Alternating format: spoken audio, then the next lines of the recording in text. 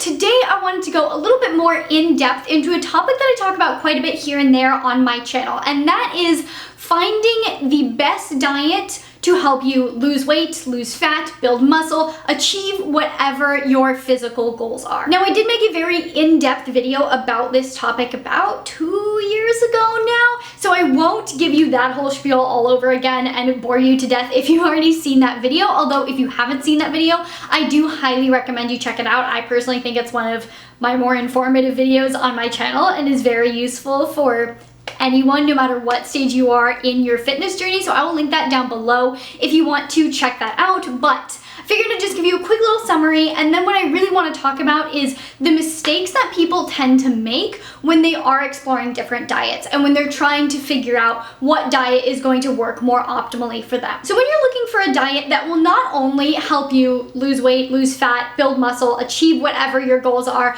but also help you maintain that progress, the number one factor, like the key for finding your best diet, is finding the diet that optimizes your health. And this is going to be based on your current health as well as your past health history. So for example, just to quickly go through a few different fad diets, keto might be really, really good for you if you have insulin resistance because it drastically reduces carbs. It can really help balance out your insulin levels and improve that, which will overall improve your health, which will ultimately help you lose whatever weight you want to lose. Paleo, on the other hand, might be really good for you if you have some gut issues or digestion issues because it cuts out a lot of foods that tend to give people digestion issues and tend to be very inflammatory for a large portion of the population. A vegan diet is going to be optimal for you if the idea of consuming animals and animal products gives you emotional and physical distress. Following an intuitive eating style of eating might be the most optimal for you if you have an unhealthy relationship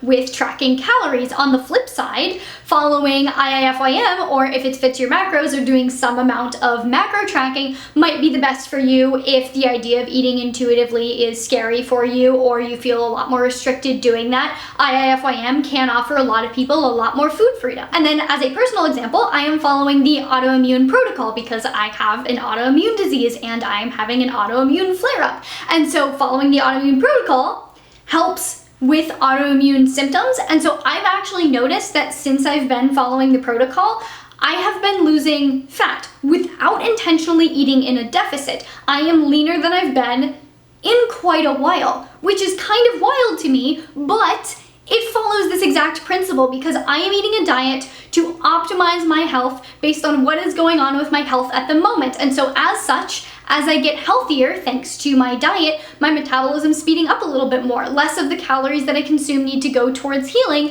and more can go to expended energy. And so as such, I am losing fat. Or maybe it's just a fluke and I'm gonna get all the fat back next week, I don't know. But just because I am having success on the autoimmune protocol does not mean that that is the optimal diet for everyone. And this is why people can become so dogmatic about the different diets and say, my diet's way better than yours, what are you doing over here being keto? That's dumb, you should be paleo because it's less restrictive or something like that. Because people, when they find the diet that clicks, that works with their health to improve their health, it feels like a miracle. It genuinely feels like you have found the answer to everything and you are enlightened, but that is not the case. It's just the case that you found the diet that works best for you. But again, I have made an entire video about this topic and bioindividuality and why we each need to build our own diet boxes, so to speak, rather than cramming ourselves into one diet box and trying to make it fit. So if you want more information about that, if you're like kind of questioning what I'm saying right now,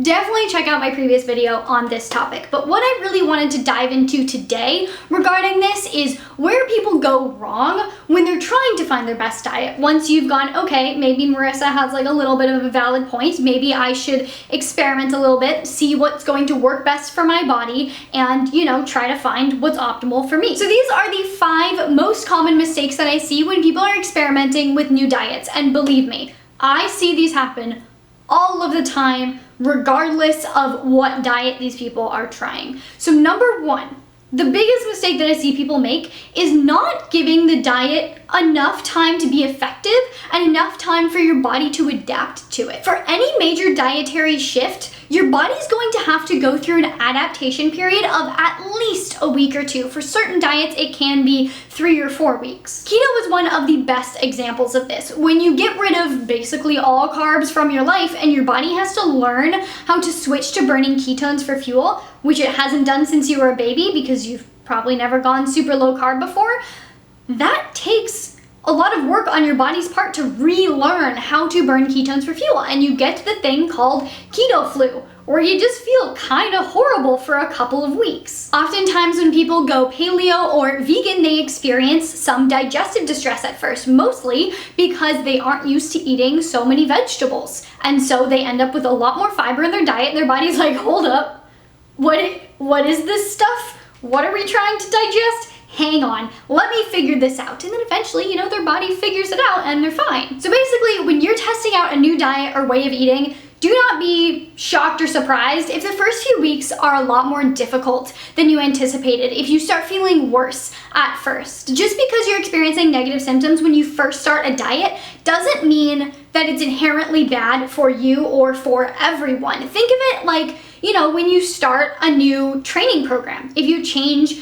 your training style, you're gonna be sore for a while, especially if you go all in and push it really hard. But that doesn't mean that that training program is bad. It just means your body's going through an adaptation phase, and once it gets to the point where it's adapted, you're gonna be good. The only way you're gonna know if a way of eating or diet is actually working for your body is if you get past that adaptation phase and let your body settle into this new way of eating so that it can actually start to function properly on whatever diet you're trying. But this leads me to mistake number 2, which is basically the opposite problem. And I see a lot of people doing this as well. And this is trying to force a diet to work when it's clearly not working. If you've gone through the adaptation phase, you've been in a certain diet, style of eating, whatever, for a couple months, and you feel like trash, if your energy is down, if you are feeling weak, if you're feeling lethargic, if you're feeling irritable and moody, if your mental health and clarity is just not there, and you're just forcing yourself to continue this diet because you think it's what you should be doing, stop. Not all diets and ways of eating are going to agree with your body, and that is totally okay. It's okay to put several months of your life into trying out a new way of eating and have it not work out. You tried, you learned something, and now you can grow from that and find something that's going to work even better for you. This is kind of what the flow should look like for trying out a new way of eating. You start the new way of eating, or slowly transition into it depending on what you're doing. You give yourself a good solid couple weeks for adaptation. And so once you're adapted, maybe you feel better, maybe you aren't feeling so good, but after a couple weeks is when your body should be able to handle what you're throwing at it more efficiently. If you're still feeling not super great, if you feel like something's off, your energy's low, you're super bloated, do some Googling, get yourself into some Facebook forums and ask.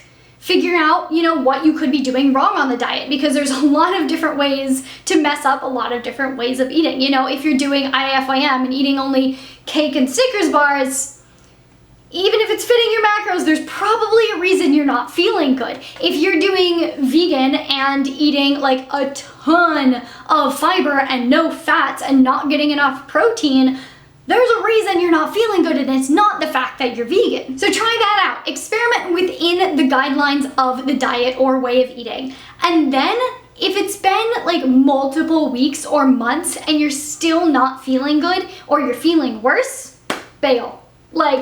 There's no reason to keep pushing something that's clearly not working. Mistake number 3 is something that trips up a lot of people, and that is thinking that the diet that you're trying out or way of eating that you're trying out is going to be a magical weight loss tool. Like that you'll be 2 weeks in and down 50 pounds and just looking like your best self, and it's just gonna happen like magic. No diet is a magical weight loss tool. Not even intermittent fasting. I can hear some of you typing down there and being like, but intermittent fasting makes everyone lose weight. No. If you're eating in a surplus while intermittent fasting, you will gain weight. It doesn't matter that you're intermittent fasting. If you're in a calorie surplus, you're gonna gain weight. If you think of diets as a health tool and then building your health as a way of losing weight, building muscle, achieving your goals, that's going to give you a much more realistic expectation for any new style of eating that you try. Since we're already talking about intermittent fasting, let's use that as an example. Intermittent fasting, not a magical weight loss tool. However, if you have insulin resistance, intermittent fasting can help improve that. It can improve your insulin sensitivity. That by itself improves your health. As you get healthier, it becomes easier to lose fat and to build muscle. So, as a byproduct, intermittent fasting can help you build your physique the way that you want. But if you start intermittent fasting and 2 weeks later your body hasn't changed, it's not because there's something wrong with intermittent fasting or you're doing it wrong.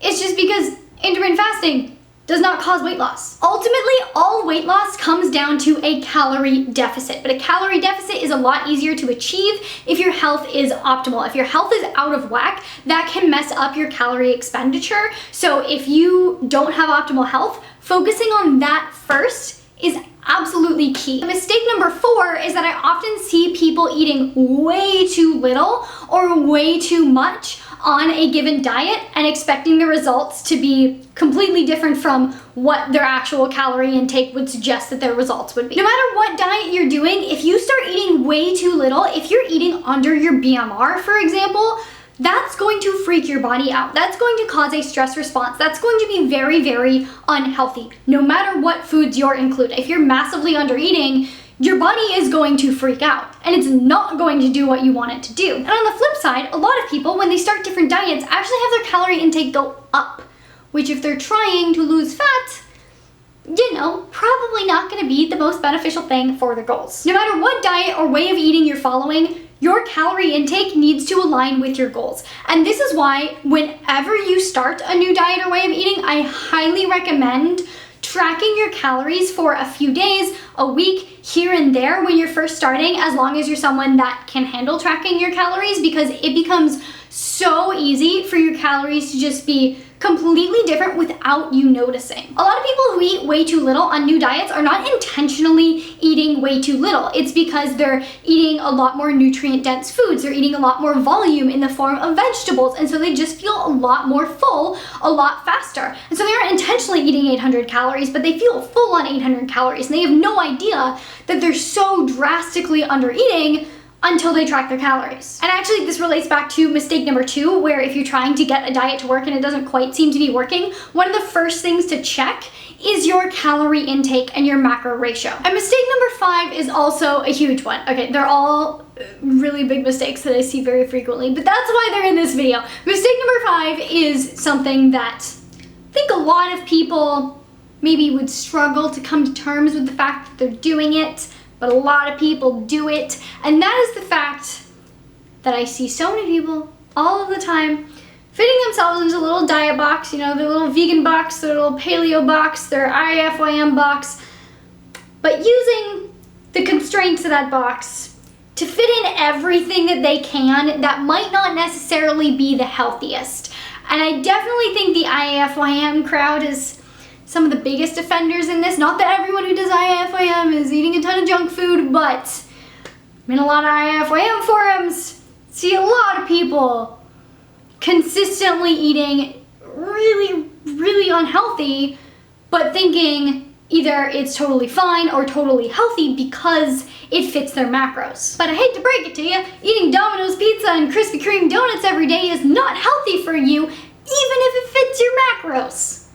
I know that's hard to hear. It's just not healthy. And I see this with all other diets as well. Like, there is so much junk food that is vegan that people are like, oh, it's healthy because it's vegan. No.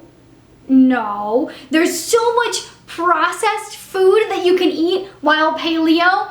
Just because it's paleo doesn't make it healthy. And don't get me wrong, I think it is totally okay to indulge, like have your dessert, have your cake, have your pizza, but doing it every day just because it fits within the constraints of the diet that you're trying to follow is not healthy. So as you all are embarking or continuing on your own health journey and your journey to optimize your diet for your body, to maximize your health, just keep those 5 most common mistakes in mind, and that will save you a lot of hassle and a lot of time along the way. And do remember that this is actually one of the big takeaways from my previous video on this topic, so again, I'll link it down there if you want more in-depth discussion on it, but it's so important to remember that you are an individual We all have our own history. We all live in different environments. We have different relationships with food. We have different health statuses, and not each person is going to fit nicely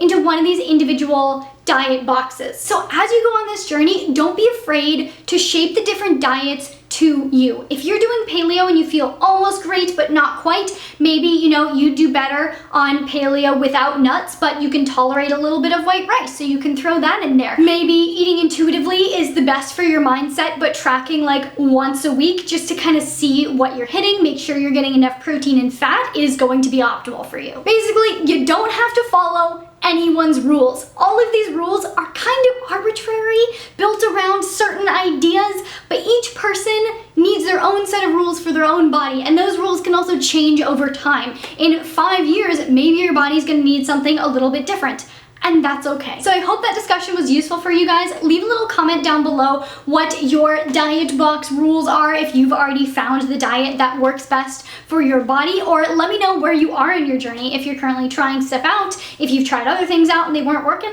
let's have a little conversation. In the meantime, please do share this video with your friends, your family, your diet buddies. Make sure you hit that thumbs up button, because it really does support me and my channel, and I really genuinely appreciate it. I mean, only hit the thumbs up button if you actually liked the video, but if you did, I appreciate it. If you want to see more videos from me all about nutrition and finding your best diet, you can check those out over here. If you want to see more videos from me in the future, hit that subscribe button and the little notification bell so you get notified about the videos, and I will see you very soon. Bye.